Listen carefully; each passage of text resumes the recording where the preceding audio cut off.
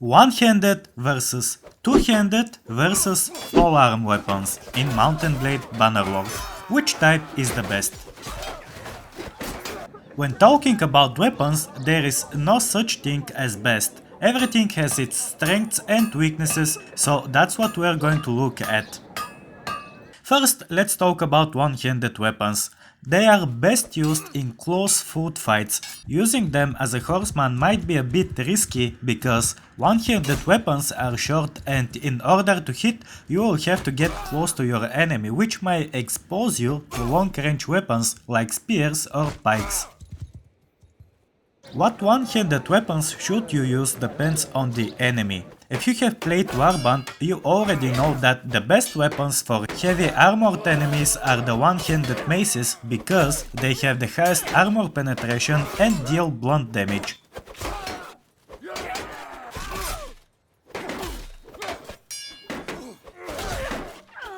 The one-handed axes are good against medium-tier soldiers like Sturgeon Spearmen or Imperial trained infantry who have medium-tier armor. Something else that's also good about axes is that they can break shields much easier than swords or maces.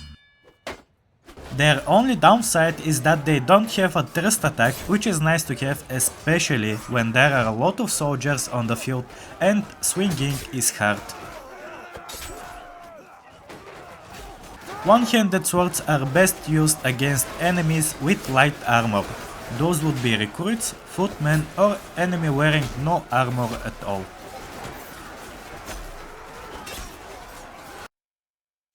And now, let's take a look at polearms.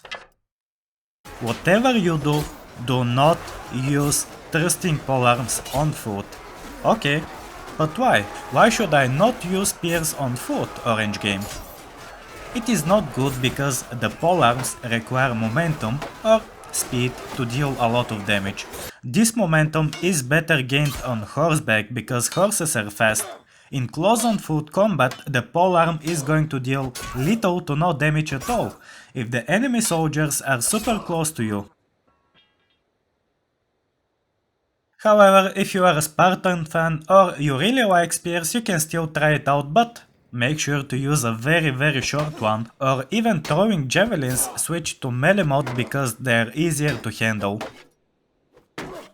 Thrusting polearms on foot are good against enemy cavalry, because they are very long weapons and you can stop horses by puncturing them in the body as they charge. On the other hand, using polearms like spears or lances on horseback is much more efficient.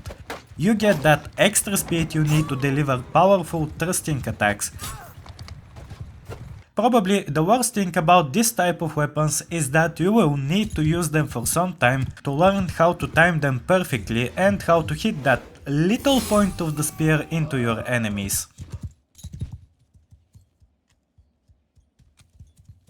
Last, we are going to say a few things about the two-handed weapons.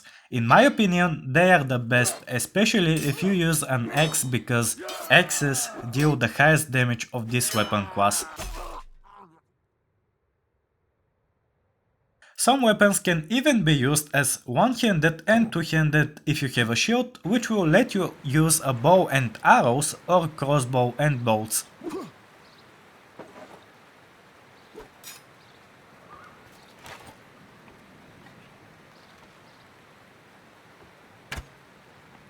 But if you really want to have that bonus damage, you are going to be vulnerable to arrows or any other projectiles such as throwing javelins and throwing axes, as you won't be able to carry a shield and a two-handed weapon at once.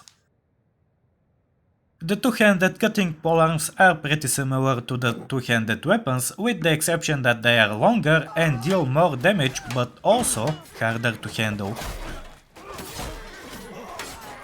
Of course, there are other things like weapon perks, mastery, focusing on soldiers, companions and things like that, but we are going to leave those for another video. If this video was helpful, make sure to leave a like and make sure you subscribe to the channel, so you don't miss out any future Bannerlord videos. Thanks for watching and I will see you next time.